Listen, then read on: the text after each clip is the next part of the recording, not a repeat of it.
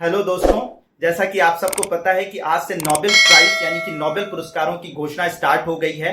और इस सीरीज में जो सबसे पहला पुरस्कार दिया गया है वो दिया गया है मेडिसिन की फील्ड में, यानी कि चिकित्सा के क्षेत्र में पहला पुरस्कार दिया गया है। और 3 वैज्ञानिकों को इस बार इस पुरस्कार से नवाजा गया है। और ये तीनों वैज्ञानिक हैं अमेरिका के हार्वे जे ऑल्टर, और यूके के हैं माइकल हाउटन, और तीसरे हैं चार्ल्स एम राइस जो अमेरिका के रहने वाले हैं। तो इन तीनों वैज्ञानिकों को इस साल मेडिसिन के नोबेल प्राइज से नवाजा गया है। तो आपके अंदर ये क्वेश्चन उठ रहा होगा कि आखिर ये पुरस्कार इनको क्यों दिए गए हैं, इन्होंने क्या ऐसा काम किया है।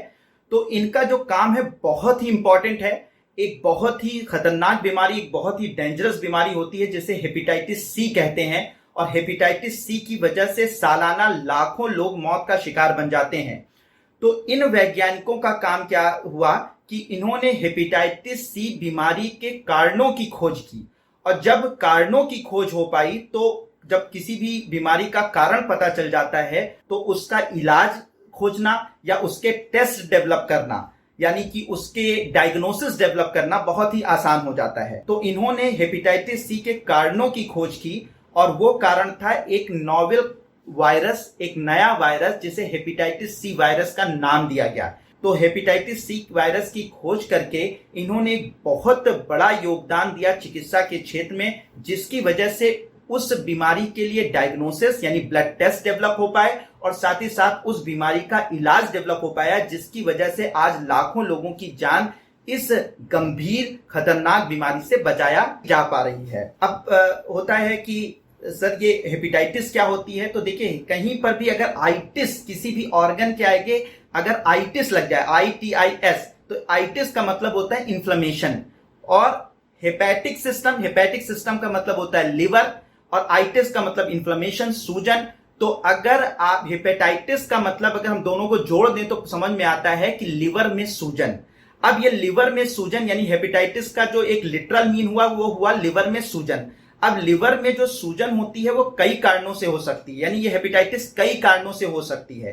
पहला, एक विशेष वायरस से होती है जिसे हेपेटाइटिस ए वायरस कहते हैं। तो उससे जो हेपेटाइटिस होती है उसे हेपेटाइटिस ए कहते हैं। जबकि हेपेटाइटिस ए के और भी कारण हो सकते हैं, मतलब कभी कभी एनवायरमेंटल टॉक्सिन्स होते हैं, वो भी कारण हो सकता है। कभी कभी अल्कोहल भी कारण हो सकता है। कभी कभी ऑटो इम्यून भी हेपेटाइटिस होती है, हेपेटाइटिस ए होती है। तो कई कारण हो सकते हैं, लेकिन जो मोस्टली हेपेटाइटिस ए होती है वो होती है एक वायरस से, जो कि कंटेमिनेटेड फूड और वाटर से फैलता है। यानी कि अगर प्रदूषित खाना आपने खा लिया जिसमें हेपेटाइटिस ए वायरस रहा, या पानी पी लिया, तो उससे हेपेटाइटिस ए हो जाती है। सेकेंड जो हेपेटाइटिस होती है वो होती है हेपेटाइटिस बी। और ये जो हेपेटाइटिस बी होती है ये भी एक वायरस से होती है। तो 1940 के दशक में ही हेपेटाइटिस ए के कारणों की खोज कर ली गई। उसके बाद हेपेटाइटिस बी के कारणों की खोज कर ली गई, जिससे कि उसकी डायग्नोसिस और उसका इलाज खोजना आसान हो गया। और फिर बाद में बहुत सारे लोगों की जान इस बीमारी से बचाई जानी शुरू हो गई। लेकिन एक विशेष हेपेटाइटिस थी जिसका नाम था हेपेटाइटिस सी। उसके कारणों की खोज नहीं हो पा रही थी, और वो सबसे गंभीर बीमारी बनती चली जा रही थी। क्योंकि हेपेटाइटिस सी में शुरुआती समय में लक्षण नहीं दिखाई पड़ते, लेकिन बाद में सिरोसिस हो जाती है, लिवर सिरोसिस हो जाती है, और बाद में हेपेटाइटिस सी के कारण ही लिवर कैंसर डेवलप हो जाता है, जिसकी वजह से लाखों लोगों की मृत्यु हो जाती थी।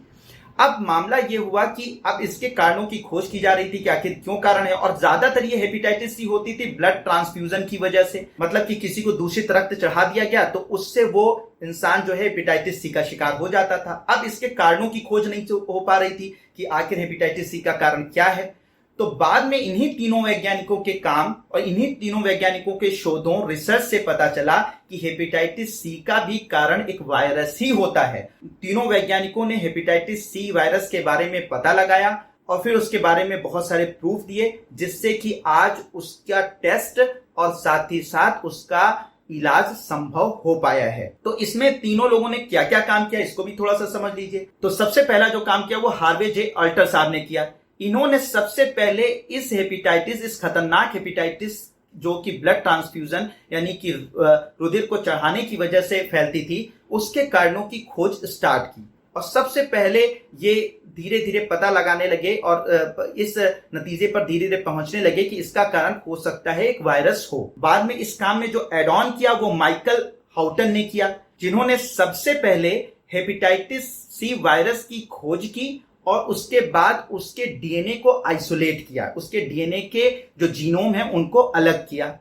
फिर तीसरे नंबर पर जो इसमें कंट्रीब्यूशन दिया वो दिया चार्ल्स एम राइस ने, जिन्होंने इस बात का फाइनल एविडेंस दे दिया कि ये जो हेपेटाइटिस सी होती है उसका सिर्फ और सिर्फ कारण क्या होता है, एक वायरस होता है जिसका नाम रखा गया हेपेटाइटिस सी वायरस। अब आपको समझ में आया होगा कि इन तीनों वैज्ञानिकों का कितना बड़ा कंट्रीब्यूशन रहा इस हेपेटाइटिस सी की के कारणों की खोज के लिए, जिसकी वजह से हो क्या पाया, मैंने पहले भी बताया फिर बता रहा हूं, जिसकी वजह से जब कारण की खोज हो गई तो उसके डायग्नोसिस यानी उसके टेस्ट डेवलप हो पाए और आज जो है बहुत बेहतर तरीके से इसका ट्रीटमेंट अवेलेबल हो गया है और लाखों लोगों की जान इस गंभीर बीमारी से बचाई जा रही है। इसकी वजह से इन्हें 2020 का मेडिसिन का नोबेल प्राइज दिया गया है। तो नोबेल प्राइज की अपडेट के लिए और भी बहुत सारी इंफॉर्मेशन के लिए चैनल पर बने रहिए। तो आगे मिलते हैं हम लोग नेक्स्ट वीडियो में, जिसमें मैं नई इंफॉर्मेशन लेकर आपके सामने आऊंगा। Thank you so much. May God bless you.